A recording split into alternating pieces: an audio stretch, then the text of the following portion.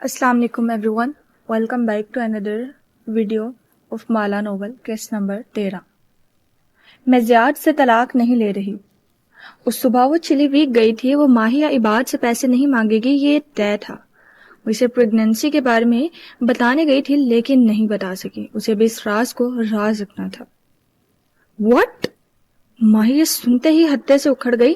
وہ جانتی تھی ماہی کا یہی رد عمل ہوگا۔ وہ اسے کیسے سمجھائے گی کہ اس حالت میں وہ طلاق کے بارے میں نہیں سوچ سکتی تھی؟ اب یہ اتنا آسان نہیں تھا۔ اب درمیان میں ایک انسانی جان آ چکی تھی، ایک زنجیر جس نے ان دونوں کو باندھ دیا تھا۔ کیا تم نے وہی کہا جو میں نے سنا ہے؟ وہ بے یقینی سے اٹھ کے اس کے سامنے آئی۔ مالا اس کو نہیں دیکھ رہی تھی، بہار کی دھوپ میں چمکتی اس کی آنکھیں باہر پھیلے سبزے پہ جمی تھی، چہرے پہ زخموں کے نشان ابھی مندمل نہیں ہوئے تھے۔ میں زیاد سے طلاق لینا چاہتی ہوں، یہ وہ پہلی بات تھی جو تم نے 6 ہفتے پہلے اس وقت کہی تھی جب تم کینیڈا آئی تھی۔ ماہی نے اس کو کندھے سے ہلکا سا جھنجھوڑا۔ تمہیں لگتا ہے وہ بدل جائے گا؟ تمہارے لیے اپنی سیاہ کاریاں چھوڑ دے گا؟ اس کی آنکھیں باہر اگے درخت پر جمی تھی۔ یہ ماہی کے کوٹ چاٹ کا وہ درخت تھا جو ہر موسم میں سبز رہتا تھا۔ وہ پھر سے تم پہ کوئی جادو کر رہا ہے نا؟ اف! ماہی نے غصے سے مٹھیاں بھینچ لی۔ وہ کچھ اور بھی کہتی لیکن مالا کا فون تھر تھر آنے لگا۔ کہو، کیا تم آج سے پہر میں فارغ ہو؟ دوسری طرف سے آتی آواز نے اسے چونکا دیا۔ کیوں؟ کوئی ہے جو تم سے ملنا چاہتا ہے۔ یہاں کون؟ وہ وین کوور صرف تمہارے لیے آیا ہے، اسے تم نے ملنا ہے۔ معافی مانگنی ہے یا کیا مجھے نہیں معلوم، لیکن کیا تم میرے لیے اس سے مل سکتی ہو؟ اور ایک سیکنڈ کے 1000ویں حصے میں وہ بوجھ سکتی تھی کہ وہ کون ہے۔ بہت سے جذبات ایک ساتھ حلق سے زباں تک آئے، غصہ، بے بسی، فریب دیے جانے کا احساس، لیکن جب ہونٹ کھلے تو بس لبوں سے اتنا سا نکلا، وقت اور لوکیشن بھیج رہی ہوں، اس سے کہنا آ جائے۔ موبائل نیچے کیا تو ماہی انہیں نظروں سے اسے گھور رہی تھی۔ تمہارے ذہن میں چل کیا رہا ہے مالا؟ اس نے چہرہ موڑ لیا اور پرس پر سر جھکا کے کچھ تلاش کرنے لگی۔ یہ تلاش کر رہی ہو؟ مالا نے چونک کے سر اٹھایا۔ ماہی ایک ننھی سی ڈبی اٹھائے ہوئے تھی۔ تمہارا کنسیلر جو تمہارے چہرے کے نشان چھپا لیتا ہے، کیا تم ان نشانوں کی وجہ سے بھول گئی ہو؟ ماہی کی آنکھوں میں بہت کچھ جتاتا ہوا تھا، اس نے جواب نہیں دیا۔ ڈبی اس کے ہاتھ سے لی اور پاؤڈر روم کی طرف آ گئی۔ دروازہ بند کیا اور چند گہرے سانس لیے، پھر سنک کے ساتھ ٹہر کے آئینے میں اپنا عکس دیکھا۔ وہ ماہی کی باتوں کے بارے میں نہیں سوچ رہی تھی، اس کا دماغ اس فون کال میں الجھا تھا۔ وہ اس ملاقات کے لیے کیوں راضی ہوئی اور وہ اس سے کیوں ملنا چاہتا تھا؟ ان کے درمیان ایسا تھا ہی کیا جس کے بارے میں بیٹھ کے بات کی جائے اور اس کی معافی کا؟ اب وہ کیا کرے؟ اس کا ذہن بہت سے سوالیہ نشان کھڑے کر رہا تھا اور انگلی مہارت سے کنسیلر چہرے کے ہر اس حصے پہ لگا رہی تھی جہاں بھی کوئی نشان باقی تھا۔ بس چند لمحوں کی بات تھی، اس کا چہرہ بے داغ ہو چکا تھا۔ وہ اس سے کیوں ملنا چاہتا تھا؟ ذہن نے پھر سے پوچھا۔ اس صبح ماہر جاگا تو اس کا جسم قدرے گرم تھا۔ یہ تھکاوٹ تھی یا سرکار کا پھینکا ہوا جادو؟ اپارٹمنٹ کے باہر گرے خون کے قطرے، اس کا خواب، وہ ہر شے کو خاموشی سے نظر انداز کرتا آگے بڑھ گیا۔ وہ سرکار سے نہیں ڈرتا تھا، وہ کسی سے نہیں ڈرتا تھا۔ اسے وہ ملاقات کرنی تھی جس کو کرنے کی خواہش لیے وہ یہاں آیا تھا۔ وہ جانتی تھی کہ وہ پچھتائے گی، وہ اس سے ملاقات کر کے اس کو دوبارہ اپنی زندگی میں شامل کر کے، لیکن جہاں اتنے غلط فیصلے کیے وہاں ایک اور صحیح۔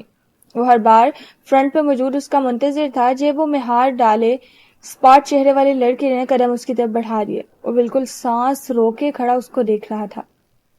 کیف؟ وائن اس کے سامنے آ کے رکی۔ یہ نام لینا بھی تکلیف دہ تھا لیکن اس کو یہ تکلیف اٹھانی تھی۔ کشمالا؟ اس کی آنکھوں میں کشمالا کو دیکھ کے بہت سے جذبات اترے تھے۔ وہ ان کو پہچانتی تھی لیکن وہ اس کے کسی جذبے پہ یقین نہیں کرے گی۔ وہ یہ فیصلہ کر کے یہاں آئی تھی، کوئی بھی چیز اسے اس فریبی انسان پہ اعتبار کرنے پر مجبور نہیں کر سکتی تھی۔ 3.5 برس پہلے وہ ایک سبزہ سار سے ایک گھیری اونچی پرانی عمارت تھی جو کسی قلعے کی مانند تھی۔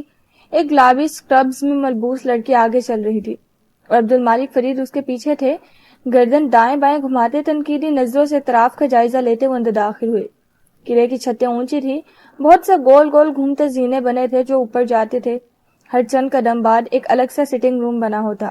اونچی کھڑکیوں سے اندر آتی دھوپ اور جگہ جگہ آرام دہ صوفوں پہ بیٹھے لوگ، نوجوان، بوڑھے، کوئی خود سے باتیں کر رہا ہے، کوئی کونے میں بیٹھا رو رہا ہے، کوئی دھاگے سے کچھ بن رہا ہے۔ ماہر فرید کی حالت میں ابھی تک کوئی بہتری دکھائی نہیں دی۔ وہ اب زینوں پہ چڑھتی جا رہی تھی، وہ بنا کچھ کہے اس کے پیچھے آ رہے تھے۔ اس کا سائیک ایول اچھا نہیں، اسے شدید فٹس پڑتے ہیں جو وہ خوفزدہ ہے۔ وہ اب تیسری منزل کی راہداری سے گزر رہے تھے۔ فاصلے فاصلے پہ اونچی کھڑکیاں بنی تھی جن سے دن کی روشنی چھن چھن کے اندر آ رہی تھی۔ مسلسل علاج کے باوجود اس کی حالت میں کوئی بہتری نہیں آئی۔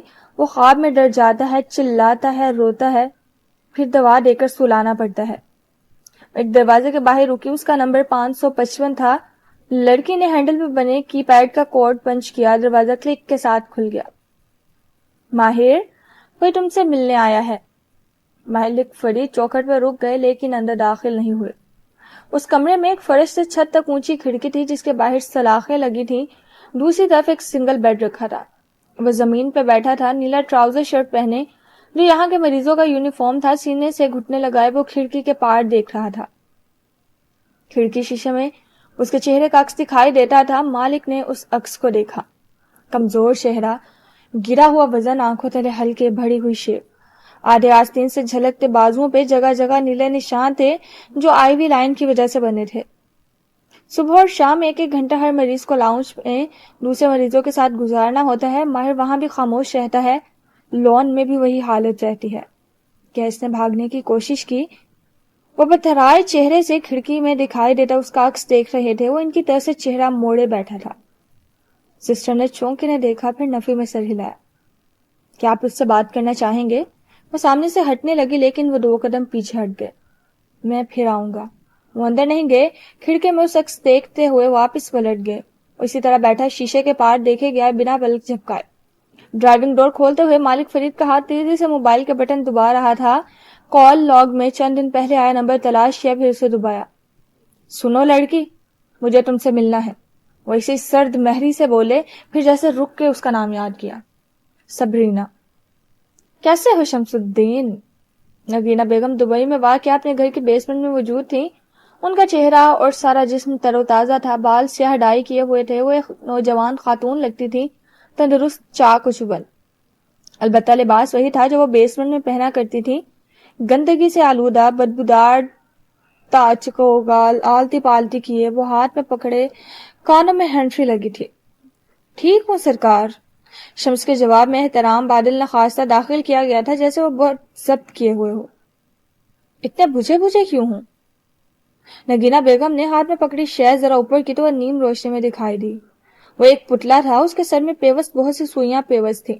وہ باری باری ان سوئیوں کو انگلیوں سے گھما رہی تھی، لبوں پہ مسکراہٹ تھی۔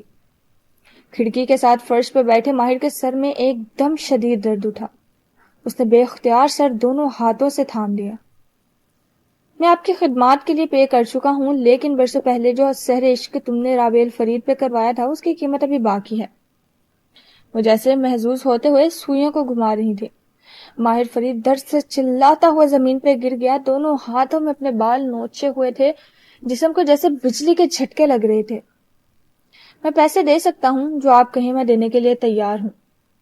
پیسوں کی بات نہیں ہوئی تھی شمس، اولاد کی بات ہوئی تھی۔ سرکار کا سوئی گھماتا ہاتھ رکا، ان کے چہرے پہ غصہ دکھائی دیا۔ تم نے اپنا پہلا بچہ مجھے دینا تھا۔ میں حلال سے بہت پیار کرتا ہوں، میں اس سے الگ نہیں ہو سکتا۔ شمس کی آواز بھیگی ہوئی محسوس ہوئی۔ سب اپنے بچوں سے پیار کرتے ہیں۔ ان کے ہاتھ سست ہوئے، چہرے پہ سایہ سا گزرا، پھر سر جھٹکا۔ ماہر فرید تمہارے راستے سے ہٹ گیا ہے، وہ لڑکی سبرینا بھی ہٹ جائے گی۔ رہی حلال تو تم اس کو اپنے ہاتھوں سے مجھے دو گے یا ہم خود لیں گے، یہ فیصلہ تمہارا ہے۔ سرکار ایک منٹ، میری بات سنیں۔ وہ کال کاٹنے لگی جب شمس کی گڑ گڑاتی آواز سنائی دینے لگی۔ 2 وارڈ بوائز نے ماہر کو جکڑ رکھا تھا اور ایک نرس اس کو تیزی سے انجیکشن لگا رہی تھی، لیکن وہ چلاتے ہوئے ہاتھ پیر مار رہا تھا۔ اس کا چہرہ شدت درد سے سرخ ہو رہا تھا اور آنکھوں سے آنسو بہہ رہے تھے۔ بولو۔ انہوں نے پتلا ایک طرف رکھ دیا، توجہ اس طرف سے ہٹ گئی۔ ماہر کا جسم ڈھیلا پڑنے لگا، وہ تینوں اس کے سر پہ کھڑے افسوس سے اسے دیکھ رہے تھے۔ وہ نیچے زمین پہ لیٹا گہرے گہرے سانس لے رہا تھا، آنکھوں سے آنسو گرتے ہوئے زمین میں گم ہو رہے تھے۔ ٹھیک ہے، میں اسے لے آؤں گا۔ شمس کی آواز ٹوٹی ہوئی تھی۔ میں حلال کو لے آؤں گا، لیکن مجھے آپ سے کچھ چاہیے۔ کیا؟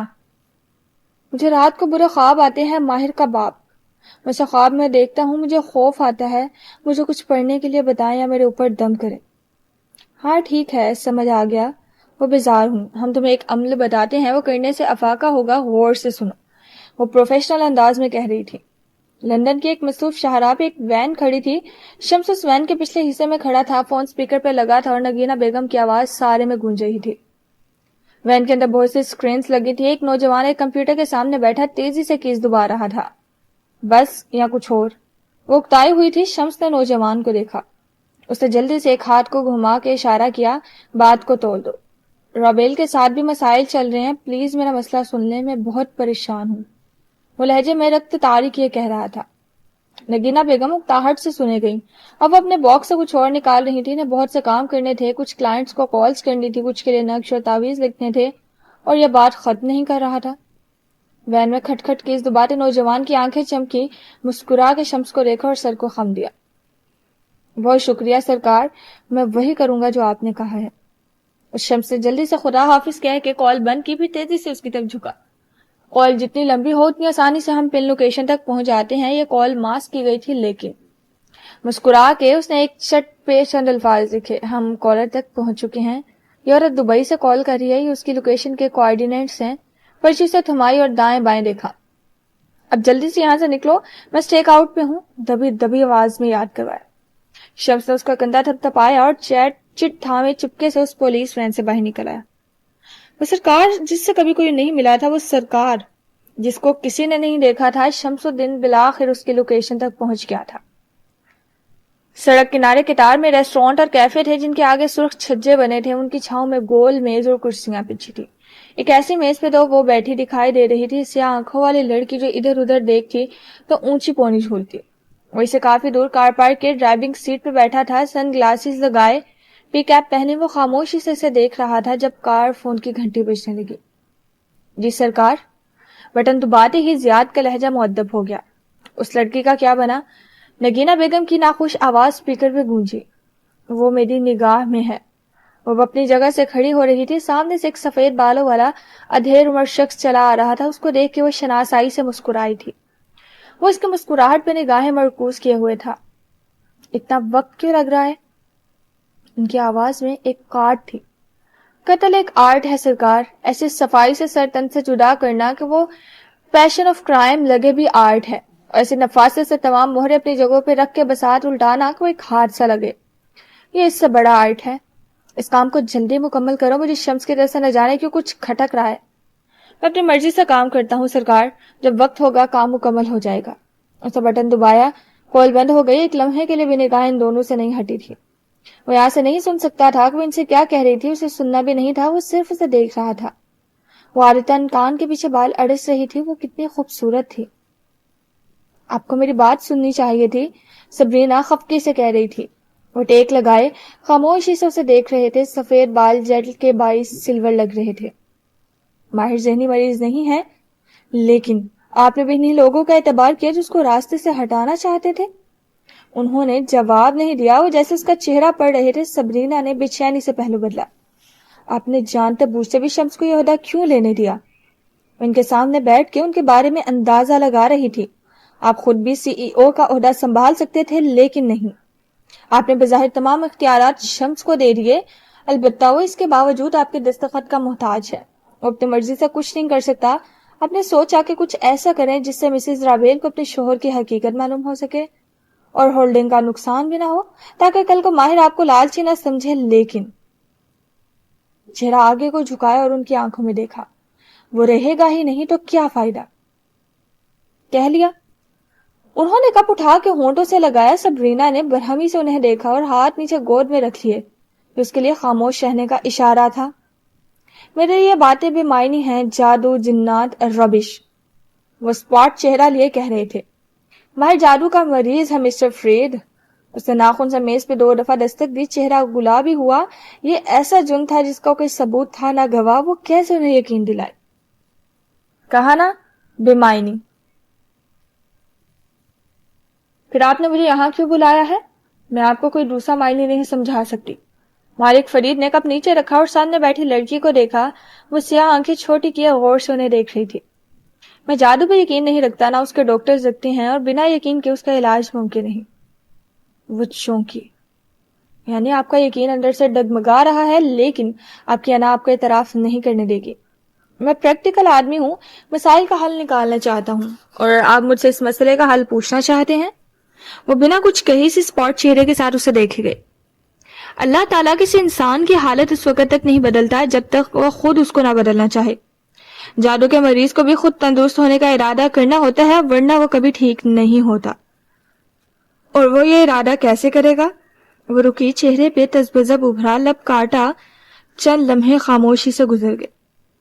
تمہاری جاب بحال کر دی گئی ہے, تم کل سے آفس واپس آ سکتی ہو. وہ مزید اس کے بولنے کا انتظار کیے بغیر جگہ سے اٹھ گئے. وہ چند قدم آگے آئے تھے کہ اس نے پکارا, مسٹر فرید. مالک فرید نے پلٹ کے دیکھا. ماہر کو مدد چاہیے, اس انسان کی مدد. وہ جھکے سر کے ساتھ میز پہ نیپکن رکھے اس پہ کچھ لکھ رہی تھی. اونچی پونی دائیں بائیں جھول رہی تھی. دور بیٹھا زیاد سلطان اب اس لڑکی کو ایک نیپکن اس بوڑھے آدمی کی طرف بڑھاتے دیکھ رہا تھا. ہونٹوں پہ مسکراہٹ تھی اور آنکھوں میں دلچسپی. مالک فرید کے جانے کے بعد وہ وہاں سے اٹھی اور سڑک پہ آگے چلتی گئی. پھر کسی احساس کے تحت گردن موڑی. سڑک پر دور دور تک اپنے آپ میں مگن مصروف ٹریکٹر رواں دواں تھی. سبرینا کی آنکھوں میں بے چینی سے ابھری. اس نے دائیں بائیں دیکھا, یوں لگتا تھا کہ کوئی اس کو دیکھ رہا تھا. ایک عجیب سے سنسنی خیز لہر اس کی ریڑھ کی ہڈی میں سے گزر گئی. وہ زیر لب آیت الکرسی پڑھتے ہوئے آگے بڑھ گئی. بارش تڑتڑاتی برستی اس قلعے نما عمارت کو بھگو رہی تھی. ماہر کی کھڑکی کے شیشے پر باہر کی طرف سے قطرے چپکے تھے, موتیوں جیسے. نہ گرتے تھے نہ فنا تھے, بس اپنے اپنے حصے کا شیشہ پکڑے سانس رو کے کھڑے تھے. وہ اسی انداز میں کھڑکی کی طرف رخ کیے بیٹھا تھا. نیلے ٹراؤزر شرٹ میں ملبوس, بڑے شیو اور بکھرے بالوں کے ساتھ اس کی آنکھیں خالی تھیں اور گھٹنے سینے سے لگائے ان کے گرد بازو حائل کر رکھے تھے. ذہن بالکل سیاہ کورے کاغذ کے جیسا تھا, ویران, خالی, ایسے جیسے ساری دنیا کسی بلیک ہول میں گر چکی ہو. ماہر تمام مریضوں کی طرح وہ ہفتے میں ایک دن ملاقاتیوں سے مل سکتا تھا, لیکن وہ یہی خاموش بیٹھا رہتا, میٹنگ روم میں نہیں جاتا. سو عبد المالک فرید کی اس ادارے کے لیے ایک خطیر ڈونیشن کے بعد اس کی ملاقاتی کو اس کے کمرے میں آنے کی خصوصی اجازت دے دی گئی تھی. اس اجازت اور ملاقاتی سے بے پرواہ وہیں بیٹھا تھا, بارش کے قطروں کو دیکھتا. سبرینا فرش پہ اس کے قریب بیٹھی رہی تھی. ماہر نے چہرہ نہیں اٹھایا. کیا آج تم مجھ سے کوئی بات کرو گے؟ وہ آنکھوں میں بہت سی امید اور خوف لیے پوچھ رہی تھی, اور وہ گیلے موتیوں کو دیکھ رہا تھا جو نیچے گرنے سے خوف زدہ تھے. یہاں آنے سے پہلے تم ایسے نہیں تھے. چند منٹ کے لیے حواس کھوتے لیکن پھر ٹھیک ہو جاتے تھے. تمہارا ذہن جاگ جاتا تھا, اب کیوں نہیں جاگ رہا؟ ماہر کو دیکھتی اس کی آنکھیں بھیگنے لگی. ماہر کی نظر قدرے جھکی. سبرینا نے تعاقب کیا. ہوا کے رخ بدلنے سے چند قطرے شیشے پہ نیچے کو لڑ گئے اور کھڑکی کی سل سے ٹکرا کے فنا ہو گئے. یہ حلال نے تمہارے لیے بھیجا ہے. وہ پہلی دفعہ چونکا, ہلکی سی گردن موڑی. سبرینا نے نگاہ ملائی, بس اس کے ہاتھوں کو دیکھا. وہ ایک اسکیچ بک اس کے سامنے رکھ کے صوفہ کھول رہی تھی. 7 رنگ برنگے کریونز کا ایک پیکٹ تھا. حلال کو شمس سے میرے ساتھ آنے کی اجازت نہیں دی. وہ چند لمحے اس کوڑے صفحے اور کریونز کو دیکھتا رہا. دھنک کے سارے رنگ ترتیب سے اس میں لگے تھے. پھر اس نے اپنا زرد ہاتھ بڑھایا. انگلیوں میں کپ کپاہٹ تھی. سبرینا سانس رو کے اسے دیکھے گئی. اس کی انگلیاں رنگوں کی قطار پہ ایک سے دوسرے پہ چلتی گئی جیسے پیانو کی کیز ہوں. درمیان میں وہ رکھی رنگوں کے بیچ رکھے ایک ممتاز رنگ پہ. انگلیوں سے ایک کریون نکالا. وہ سرخ رنگ کا تھا. تمہیں یہ اچھا لگا؟ وہ بھیگی آنکھوں سے مسکرائے. وہ کچھ اور بھی کہہ رہی تھی لیکن وہ صرف اس کریون کو 2 انگلیوں میں پکڑے دیکھ رہا تھا. پھر اس نے واپس رکھ دیا اور ایک دفعہ پھر باہر دیکھنے لگا. سبرینا کا چہرہ بجھ گیا تھا. ملاقات کا وقت ختم ہو چکا تھا. سبرینا بیگ کندھے پہ ٹالے سڑک کنارے چلتی جا رہی تھی. رخ بس اسٹاپ کی جانب تھا. ماہر کے اس قلعے سے اپنے گھر تک اسے 2 بسیں بدلنی تھی. ہوا تیز تھی اور مفلر کے باوجود اس کی گردن میں گھس رہی تھی. نیچے پونی بنائے, سر پہ ٹوپی اوڑے, داستانے پہنے وہ تیزی چلتی جا رہی تھی جب ایک دم احساس ہوا. چونک کے پیچھے مڑی, دائیں بائیں دیکھا. وہ اس کا تعاقب کر رہا تھا. کیا؟ اس نے سر جھٹکا. شاید اس کا وہم تھا. وہ آگے بڑھ گئی تھی. چند قدم چلنے کے بعد ایک دم واپس گھومی. ارد گرد کی قطاریں سست روی سے چل رہی تھی. سب اپنے کاموں میں مصروف لگتے تھے. کوئی اس کی طرف متوجہ نہ تھا. پھر کون تھا؟ یہ احساس کیسا تھا؟ اس کا دل بری طرح دھڑکنے لگا. وہ پہلے سے تیز چلنے لگی. بس اسٹاپ پہ رک کے اس نے داستانوں میں مکید ہاتھ چہرے کے قریب کیے، ہونٹوں سے بھاپ نکالی، لیکن یک ہوتے ہاتھ گرم ہونے سے قاصر رہے۔ سردی کی لہر اس ہفتے سے شروع ہوئی تھی اور لگتا رہا ہڈیوں میں گھس کے جان لے گی۔ اس کی ناک سرخ ہو رہی تھی اور گال برف۔ وہ بس کے انتظار میں وہی بینچ پہ بیٹھی گئی اور دھیان بٹانے کے لیے فون پہ کچھ دیکھنے لگی۔ دفعتاً ایک آواز پہ وہ چونکی، دائیں بائیں دیکھا، آواز بینچ کے نیچے سے آ رہی تھی۔ وہ آدھی جھک گئی۔ دور سڑک کنارے کھڑی ایک کار میں بیٹھے زیاد سلطان نے بھی چونک کے دیکھا۔ وہ بینچ کے نیچے کیا تلاش کر رہی تھی؟ سبرینا سیدھی ہوئی تو اس کے ہاتھ میں ایک بلی کا بچہ تھا۔ وہ یہاں سے بھی دیکھ سکتا تھا کہ وہ زخمی تھا اور نڈھال بھی، شاید سردی سے مرنے والا تھا۔ وہ لڑکی سرخ گلابی ہوتے چہرے کے ساتھ مسکرا کے اس کو سہلاتے ہوئے کچھ کہہ رہی تھی۔ پھر وہ اسے بازو میں اٹھائے اٹھ کھڑی ہوئی۔ زیاد نے ایکسیلریٹر پہ ہلکا سا دباؤ رکھا۔ وہ سڑک کنارے چلتی گئی، ساتھ ہی وہ موبائل سے گوگل میپس پہ کوئی راستہ تلاش کر رہی تھی۔ چند گلیاں عبور کر کو ایک اینیمل شیلٹر کے باہر رکتی دکھائی دی۔ زیاد نے گہری سانس لی۔ وہ بلی کو جانوروں کے شیلٹر میں داخل کروانے جا رہی تھی۔ وہ ہلکا سا مسکرایا، اسی پل فون تھر تھرایا۔ نمبر دے کے اس نے بیزاری سے اسے کان سے لگایا۔ وہ لڑکی ابھی تک زندہ کیوں ہیں؟ وہ خفا ہوئی۔ جب تک وہ مرے گی نہیں، شمس سے ہمارا حساب کلیئر نہیں ہوگا اور وہ اپنی بیٹی کو ہمارے حوالے نہیں کرے گا۔ وہ آج کل گھر سے زیادہ نکل نہیں رہی، شاید خوف زدہ ہے، تھوڑا وقت لگ جائے گا۔ وہ شیلٹر کی ریسپشن کو دیکھ رہا تھا جو شیشے کی دیوار کے پاس یہاں سے دکھائی دے رہی تھی۔ اب وہ بلی کا بچہ ایک ورکر کے حوالے کر رہی تھی۔ وہ مسکرا بھی رہی تھی۔ وہ یک تک اس کو دیکھ گیا۔ نگینہ بیگم نے کال اس وقت کی تھی جب وہ کار پارکنگ میں تھی۔ زیاد کا جواب انہیں قائل نہ کر سکا تھا، کچھ تھا جو غلط تھا، جو انہیں کھٹک رہا تھا۔ خیر، وہ گھر جا کے دیکھیں گے، بھی انہیں چند کام کرنے تھے۔ وہ باہر نکلی، ان کا رخ کار فورے کی طرف تھا۔ انہیں چند ضروری گروسریز خریدنی تھی۔ سر پہ دوپٹہ، کلف لگا لباس، کان اور انگلیوں میں ننھے ہیرے پہنے، وہ تیز قدموں سے چلتی اپنی ٹرالی میں چیزیں بھر رہی تھی۔ وہ تمام اشیاء صحت افزا تھیں، کوئی جنک نہیں، کوئی فاسٹ فوڈ نہیں۔ وہ اچھا کھاتی اور اچھا پہنتی تھی، اسی لیے جوان اور تازہ دم دکھائی دیتی تھی۔ گروسری کے بیگز اٹھائے وہ کار فور میں سے نکلی اور انہیں کار کے ٹرنک میں ڈال دیا، پھر ڈرائیونگ سیٹ تک آئی۔ انہیں ان کاموں کے لیے کسی کی مدد درکار نہیں تھی۔ وہی کام سے دوپہر تھی جب وہ گھر میں داخل ہوئی۔ کار پورچ میں کھڑی کی اور شاپنگ اٹھائے اندر داخل ہوئی۔ اندرانی، سامان لے جاؤ۔ نیم اندھیر گھر ہمیشہ کی طرح نیم اندھیر نہیں تھا، ساری بتیاں روشن تھی۔ انہوں نے چونک کے اطراف میں دیکھا، ان کے گھر میں اتنی تیز روشنی۔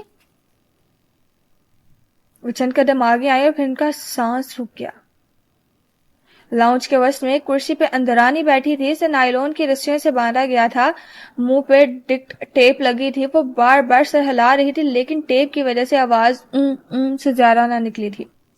شاپنگ کے تھیلے ان کے ہاتھ سے گر گئے۔ وہ پریشانی سے اس طرف بڑھی جب یہ ہے تمہاری حقیقت سرکار؟ کسی نے انہیں گدی سے دبوچ کے ان کا چہرہ دیوار سے دے مارا۔ ان کے منہ سے چیخ نکلی، سر گھوم گیا۔ میں سرکار کو کیا سمجھتا رہا، ایک طاقتور عورت جو اونچی دیوار سے بنے کسی قلعے میں باڈی گارڈز کی فوج کے پہرے میں رہتی ہوگی، اور تم کیا نکلی؟ نگینہ کا سر چکرایا، جسم دیوار کے ساتھ لڑک گیا، بدن ہاتھوں کا سہارا لے کر وہ گھومی۔ پلکیں جھپکائی، دھندلا منظر واضح ہوا۔ شمس الدین ان کے سامنے کھڑا تھا، کف اڑاتا، غصے سے سرخ چہرہ لیے وہ جیسے بے یقین تھا۔ میں اتنے بندے ساتھ لایا تھا، لیکن آگے سے کیا نکلی تم؟ تیز روشنیوں کے باوجود انہیں چکراتے سر کے باعث لاؤنج اندھیر لگ رہا تھا۔ شمس کا ایک ہیولا تھا جو دائیں بائیں چکر کاٹ رہا تھا۔ ایک ہاؤس وائف، ایک اسٹوپڈ جاہل سی ہاؤس وائف، یہ تھی سرکار؟ اس عورت سے ڈر رہا تھا میں۔ نگینہ بیگم دیوار کے ساتھ لگی زمین پہ بیٹھے گئی، دھند قدرے چھٹی، اب صاف نظر آیا۔ شمس اکیلا نہیں تھا، 3 ہٹے کٹے آدمی جو دیکھنے میں دیسی لگتے تھے اس کے ساتھ تھے۔ ان کے ہاتھوں میں پستول تھے اور چہروں پہ شمس کی طرح کی مسکراہٹ۔ میں شمس الدین ایک ہاؤس وائف سے ڈر رہا تھا، وہ جس کے ساری جادوگری ایک تہہ خانے تک محدود ہے؟ نگینہ بیگم ایک دم چونکی، تیزی سے گردن موڑی، بیسمنٹ کی طرف جاتا دروازہ کھلا تھا۔ اور اس دروازے کے قریب بہت سا سامان ڈھیر ہوا پڑا تھا، پتلے، سوئیاں، زعفران کی شیشیاں، پتھر، ہڈیاں، کھوپڑیاں۔ وہ لوگ نیچے سے چیزیں اٹھا اٹھا کے یہاں پھینکتے گئے تھے۔ شمس، وہ غرائیں آنکھوں میں گلابی پن اترنے لگا۔ یہ تم نے اچھا نہیں کیا۔ ان کی آنکھیں ماتھے سے بہتے خون سے زیادہ سرخ ہو رہی تھی۔